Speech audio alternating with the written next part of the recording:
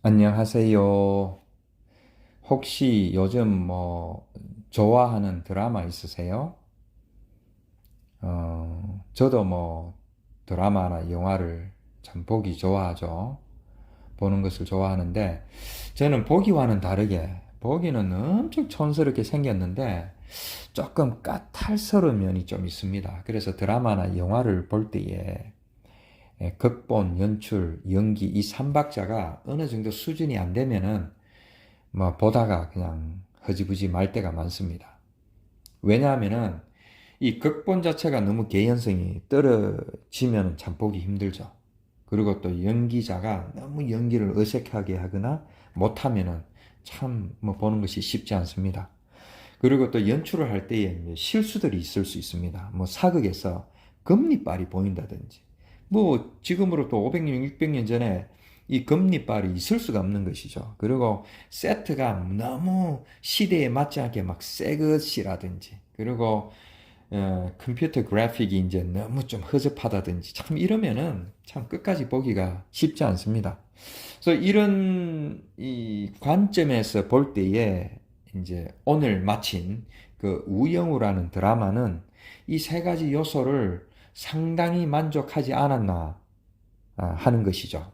이 수요일 목요일마다 지금 이제 16 에피소드까지 하고 오늘 종영이 됐는데, 오늘 그 넷플릭스에 보니까 TV 드라마 부분에서 한 7위까지 했더라고요.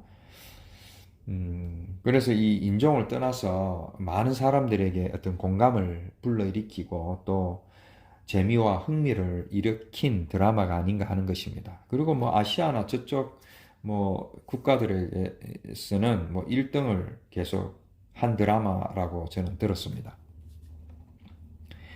이제 보신 분들은 아시겠지만은 이 드라마의 주인공은 우영우라는 자폐를 가진 이제 변호사입니다. 이제 출생부터 이제 남달랐죠. 그리고 말도 늦게 트고 또 학창 시절에는 일반 학생들과 다르다라는 이유로 이제 왕따를 당하고 하면서 우리가 흔히 짐작해 볼 수 있는 그런 전형적인 어떤 그런 참 힘든 그런 성장기를 가지고 있죠. 그런데 이제 엄청난 그 암기력 덕분에 최고의 대학을 가게 되고 또 아주 우수한 성적으로 사법고시를 패스하고 변호사가 됩니다. 그러나 이제 문제는 그런 엄청난 스펙을 가진 변호사지만은 그 자폐증이라는 것 때문에 이제 일반인들의 편견으로 직장을 제대로 못 잡게 되는 것이죠. 그러다가 이제 아버지의 배경으로 어떤 로펌에 이제 비정규직으로 이제 들어가게 됩니다. 이제 들어가서 이제 기발한 어떤 생각으로 접근법으로 이제 세상의 어떤 편견과 무시를 극복하고 이제 소송들을 막 이겨 나가는데 이제 거기에 좀 카타르시스가 있는 것이죠. 저는 이 드라마를 보면서 한편으로는 우리 그리스도인의 영적인 삶하고 좀 비슷한 부분이 있지 않나 하는 생각이 많이 들었습니다. 먼저 태생 자체가 다르죠. 자, 자폐증은 후천적인 것이 아니라 선천적인 것이죠. 태어나면서부터 가지고 태어나는 것입니다. 우리 그리스도인은 어떻습니까?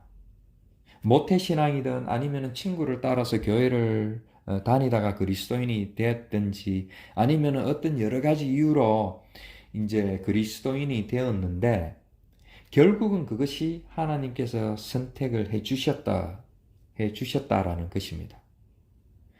만약에 극단적으로 우리가 비유를 들어서 중동에서 태어났다면은 무슬림이 될 가능성이 더 많지 않았을까요? 그런 관점에서 볼 때에 우리가 한국에서 태어난 것, 그리고 한국에 100여 년 전에, 120년 전에 이 복음이 뿌려져 가지고 우리가 그 뿌려진 복음의 어떤 배경 속에서 우리가 태어나고 자라다 보니까 그리스도인이 됐다라는 거. 이런 것을 생각해 보면은 분명히 어떤 부분에 대해서는 선택받은 부분들이 분명히 있죠. 그리고 이제 둘째로 이중 생활을 한다라는 것입니다. 자폐증을 이제 가진 사람들은 겉으로 또 조금 이제 이상하죠. 뭐 밥도 먹고 뭐 걸어 다니고 다 하지만은 또 심한 사람들은 막 심하게 또 이렇게 좀 다른 부분이 나타나기도 하지만은 어쨌든 겉으로 이렇게 조금 이상하죠. 이상하지만은 그 속에서 자기들만의 세상이 있는 것입니다. 그래서 늘 자기만의 세상 속에 갇혀서 살아가는 것이죠. 그러나 이제 외부에서 자기들만의 그 세상에 어떤 사건이나 어떤 현상들로 침범해 오면은 그것을 막 감당할 수 막 없을 정도로 막 놀라거나 막 이렇게 떨거나 하는 것이죠. 그래서 그러한 모습들을 보는 일반 사람들은 막 이상하게 쳐다보기도 하고 또 심지어는 막 왕따도 시키고 차별도 하고 막 무시를 하게 되는 것입니다. 우리 그리스도인들도 그런 부분이 있지 않나 하는 것입니다. 우리가 하나님의 백성으로서 육신의 몸을 입고 이 땅에 살아가는 동안에는 이 세상의 어떤 법칙을 따라서 우리가 열심히 살아가야 되지만은 그러나 그 속에서도 우리 그리스도인만의 영적인 세계가 따로 있다라는 것입니다. 우리도 이중적인 생활을 한다라는 것입니다. 그러다 보니까 조금 이제 세상하고 뭐 가치관이나 이런 게 안 맞아서 세상이 우리를 뭐 좀 무시하기도 하고 또 핍박하는 경향도 분명히 있을 수 있다라는 것입니다. 그런데 이제 여기서 우리가 이제 핍박이라는 정확한 정의는 우리가 그리스도인으로서 어떤 영적인 삶을 살아가지 못하도록 자꾸 유혹하고 미혹하고 자꾸 이렇게 세상의 어떤 그런 가치관들을 우리에게 심어줌으로 그런 것들을 그 영적인 삶을 살지 못하게 하는 그러한 것이 하나님의 백성으로 살지 못하게 하는 그런 것이 이제 사실은 정확한 핍박의 뜻이 되는 것입니다.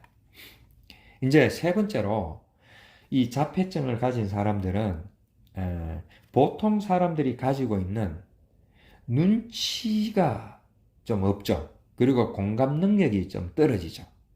물론 조금 전에 그 두 번째로 얘기한 그 자기만의 공간 속에서 살아가다 보니까 이제 그럴 수도 있는데 이제 분위기 파악이 잘 안 되니까 그리고 눈치가 없으니까 자기 생각대로 자기 생각을 고지고대로 그냥 얘기를 함으로 말미암아 그 이제 많은 사람들을 좀 민망해 하게 하는 또 분위기를 막 썰렁하게 하는 뭐 그런 이런 상황들을 많이 이렇게 좀 생성하게 하죠.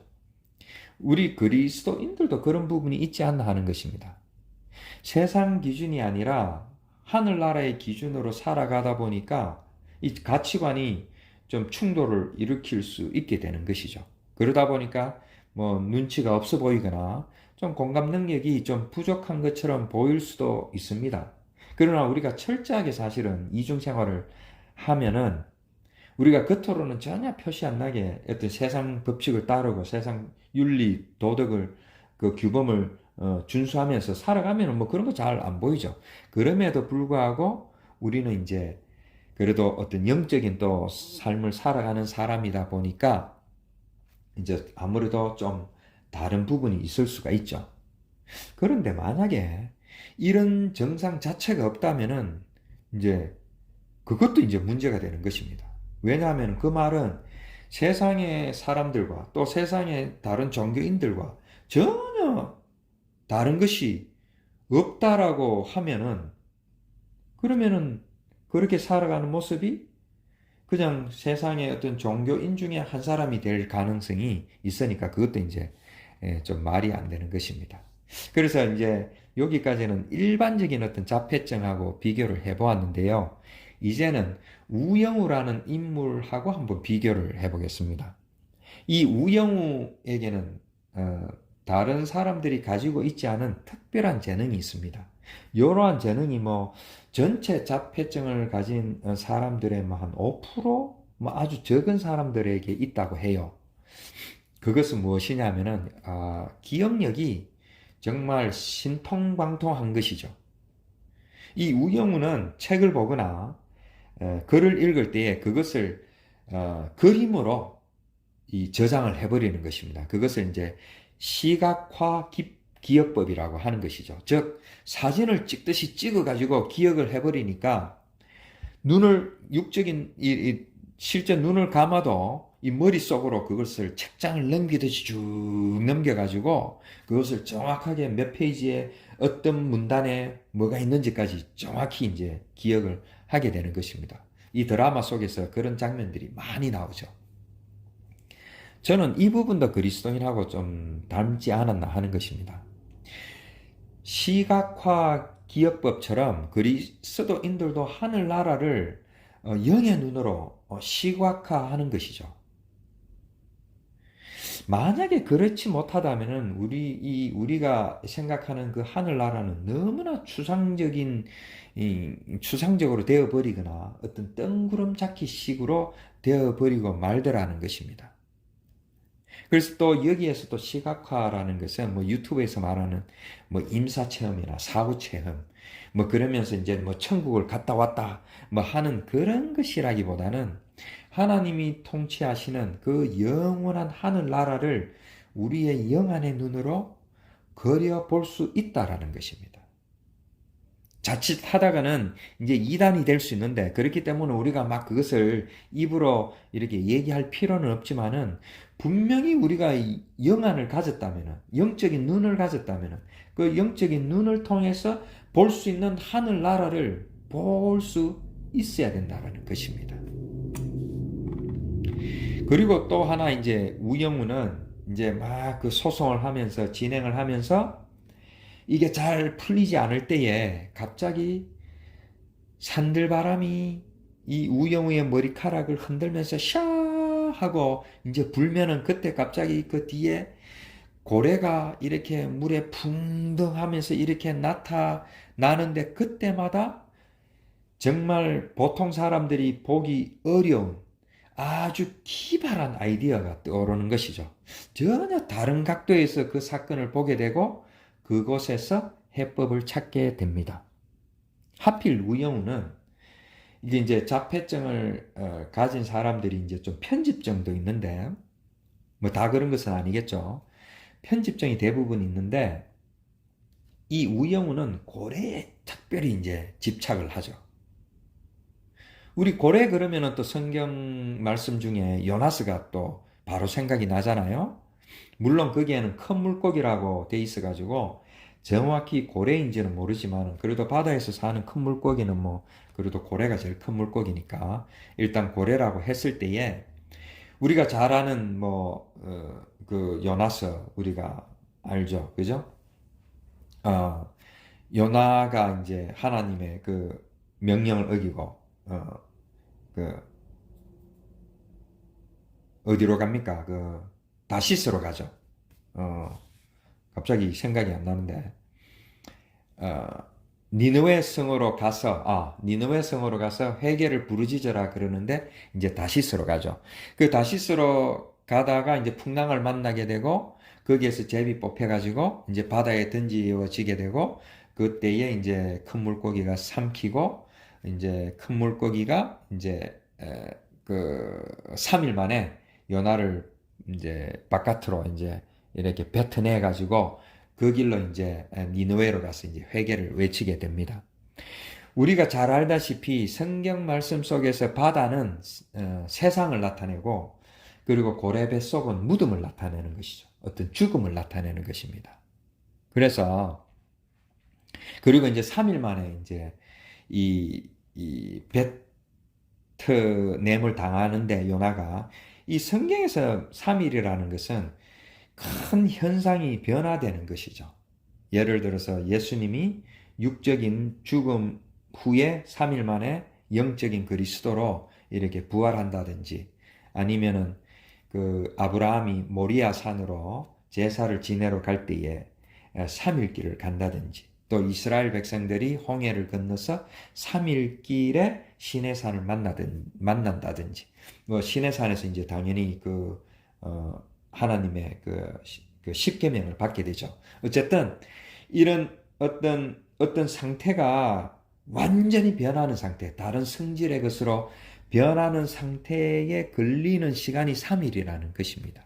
그래서 이 우영우가 고래를 통하여 완전히 발상의 전환을 가져오듯이 그리스도인들도 이 고래 속에 어떤 무덤, 고래가 뜻하는 그 무덤을 통해서 육적인 것에서 영적인 것으로 완전히 전환을 하더라는 것입니다. 이것이 지난번에 제가 말씀드렸던 것처럼 부활이라는 것이죠.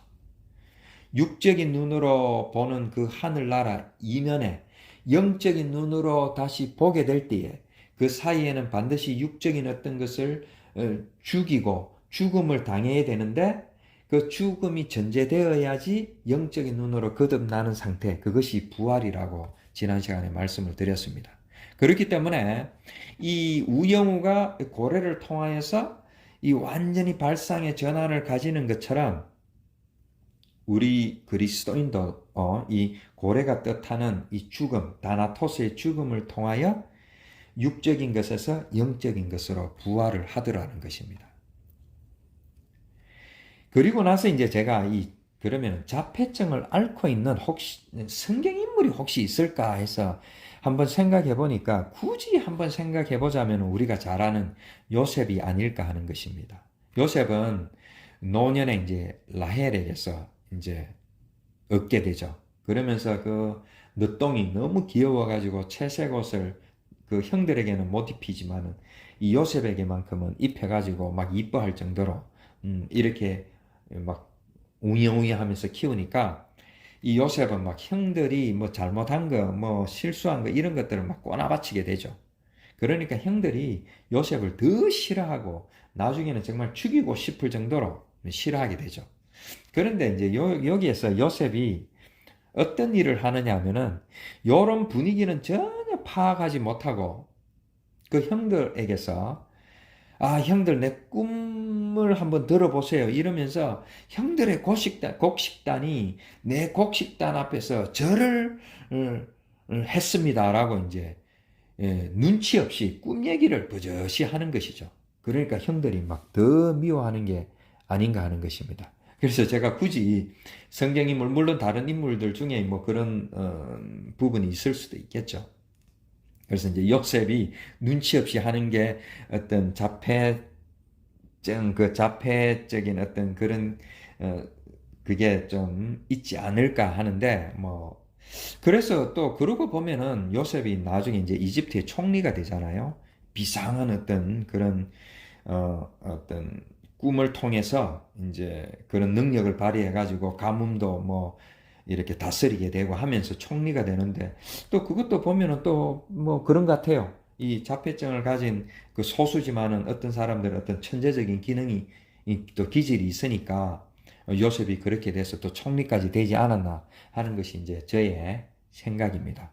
자, 그래서 이제 우리가 마지막 이제 그 장면을 보면은 우영우 그 세상 사람들이 차별하고 멸시하고 무시하지만은 또 공감 능력이나 이 눈치가 없어가지고 또 참 왕따를 당하지만은 그럼에도 불구하고 그 속에서 자기만의 그 세상을 구축하고 그 속에서 자기만의 그 어떤 뿌듯함을 느끼면서 살아가는 모습이 우리 그리스도인의 모습하고 좀 일맥상통한 부분이 있지 않나 하는 것입니다.